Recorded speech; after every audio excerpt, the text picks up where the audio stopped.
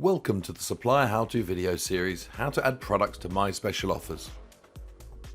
Just above the search bar is a Special Offers button. Distributors can search for specific special offers or browse them all.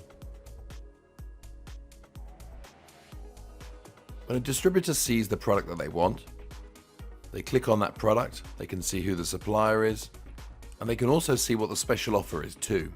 To add your own special offers to this section, go to your dashboard and click on Special Offers. You can then review your existing special offers and edit these if you want to.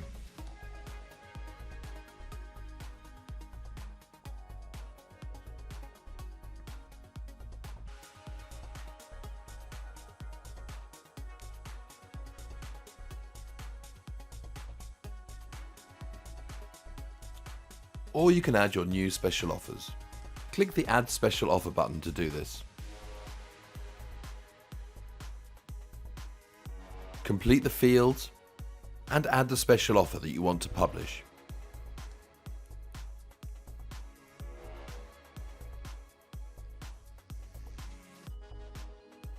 When you're ready, click Save, and this will add your new special offer to our Special Offers section for distributors to see. Thank you for watching.